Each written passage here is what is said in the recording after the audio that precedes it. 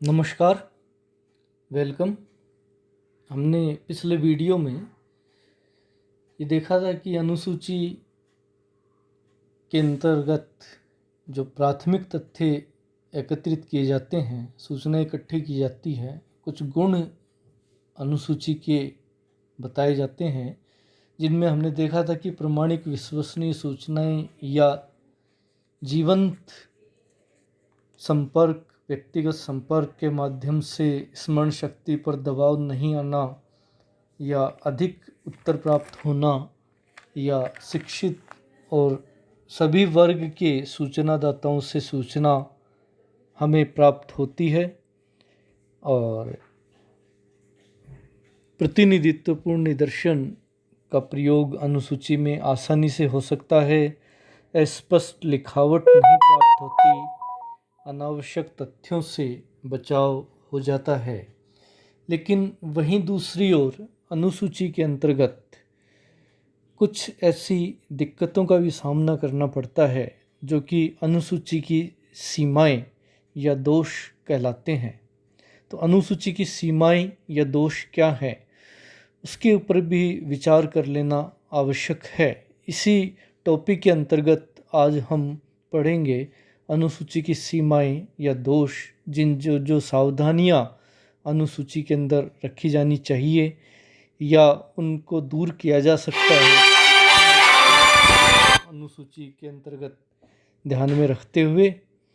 तो हम इस प्रकार के आज दोषों को मद्देनज़र करेंगे। सबसे पहली बात तो कि अनुसूची में ऐसे सार्वभौमिक प्रश्नों का निर्माण करना संभव नहीं होता।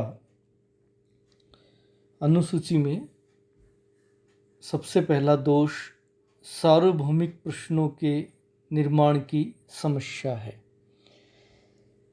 ऐसे सार्वभौमिक प्रश्नों का निर्माण करना संभव नहीं होता जिसमें सभी सूचनादाता उन प्रश्नों के एक समान रूप से समझ करके उत्तर दे सकें, क्योंकि सभी सूचनादाताओं का बौद्धिक, शैक्षणिक और सांस्कृतिक स्तर एक समान नहीं होता है, जिससे वे प्रश्नों को एक ही प्रकार से नहीं समझ पाते हैं, उनके अलग अलग अर्थ हैं वो लगाते हैं। तो ऐसी स्थिति में समस्या आती है प्रश्नों को समझने की। तो सार्वभौमिक प्रश्नों का निर्माण करने की एक बहुत बड़ी समस्या अनुसूची के अंदर देखी जा सकती है। दूसरी बात, संपर्क की समस्या। इसमें ये कहा गया कि वर्तमान में सभी व्यक्ति में इतनी व्यस्तता पाई जाती है कि उनके पास में संपर्क नहीं होता। उनकी व्यस्तता के कारण शोधकर्ता एक बार जब सूचनादाता से उसका संपर्क नहीं होता तो सूचनादाता के उसे कई चक्कर लगाने पड़ते हैं संपर्क करने के लिए, और सूचनादाता से बहुत कम संपर्क हो पाने के कारण से सूचना प्राप्त करने में समस्या आती है। तो अत्यधिक व्यस्तता के कारण इसमें सूचना प्राप्त होना दिक्कत या परेशानी भरा हो सकता है। तीसरी बात की गई समय, श्रम और धन की अधिक लागत की। अनुसूची में सूचनादाता से सूचनाएं प्राप्त की जाती है क्षेत्र में उपस्थित होकर, संपर्क स्थापित करके। तो उसमें ये कहा गया कि श्रम, समय और धन की अत्यधिक लागत आती है, क्योंकि अनेक कार्यकर्ता रखने पड़ते हैं, उनको प्रशिक्षण की व्यवस्था करनी पड़ती है, सूचनादाता से संपर्क स्थापित करना पड़ता है व्यक्तिगत। तो ऐसी स्थिति में अनुसंधानकर्ता का समय, श्रम, धन अत्यधिक लगता है। नेक्स्ट इसमें कहा गया कि विस्तृत क्षेत्र का अध्ययन करना हो तो अनुसूची अनुपयोगी सिद्ध होती है, क्योंकि अनुसूची के अंतर्गत व्यक्तिगत संपर्क के आधार पर सूचनाएं इकट्ठी की जाती है।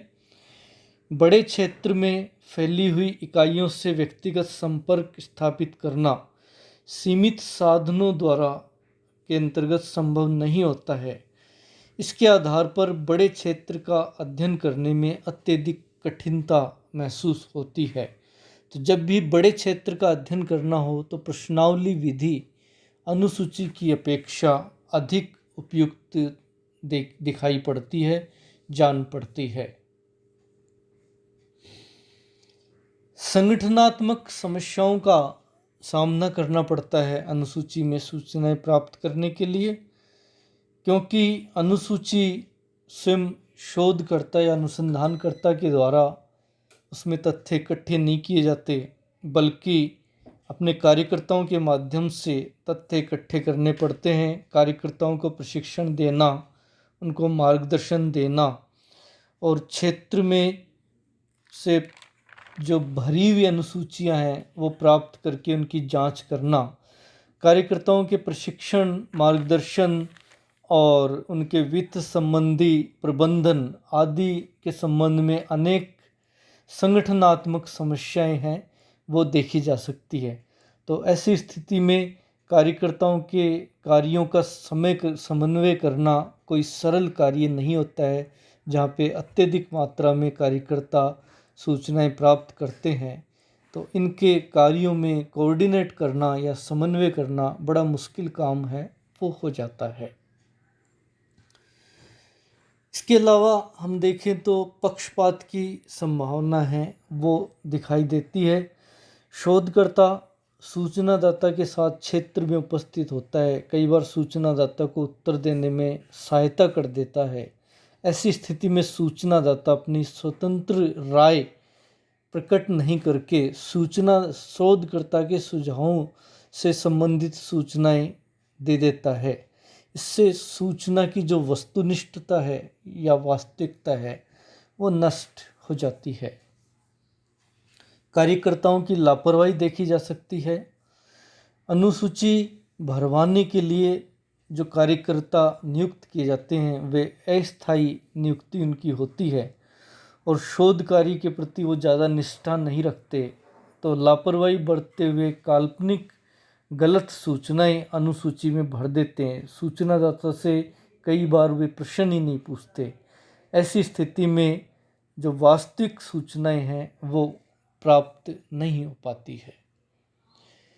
इसके अलावा हम देख सकते हैं कि एक जोखिम पूर्ण प्रविधि कही जा सकती है। क्योंकि कई बार अनुसंधानकर्ता अनुसंधान कार्य के लिए जब क्षेत्र में जाता है और सूचनाएं इकट्ठी करता है तो अनेक जोखिमपूर्ण स्थितियां उत्पन्न होने की संभावना होती है। सूचनादाता चाहे जितना विनम्र क्यों नहीं हो, वह भावनात्मक व्यक्तिगत प्रश्न कई बार कर बैठता है और सूचनादाता को क्रोध आ सकता है।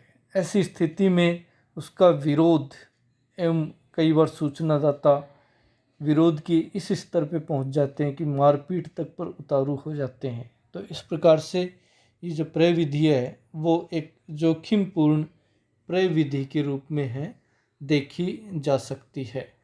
तो इसलिए हम ये कह सकते हैं कि अनुसूची प्रविधि में चूँकि प्राथमिक तथ्य एकत्रित किए जाते हैं और बहुत सारी इसमें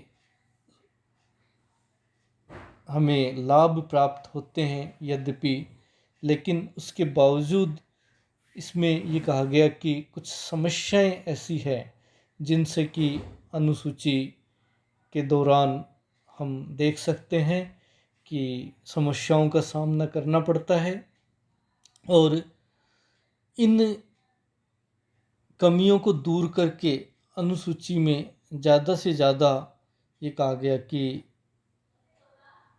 सुधार करके हम ज़्यादा प्रभावी ढंग से सूचना प्राप्त कर सकते हैं। तो इन दोषों को ध्यान में रखते हुए हमें अनुसूची के और उसके बाद में सूचना प्राप्त करने के लिए प्रयास करने चाहिए। इन दोषों को मद्देनज़र रखते हुए उन अनुसूचियों में सावधानी रखी जानी चाहिए कि कार्यकर्ता हैं वो पूर्ण लगभग निष्ठावान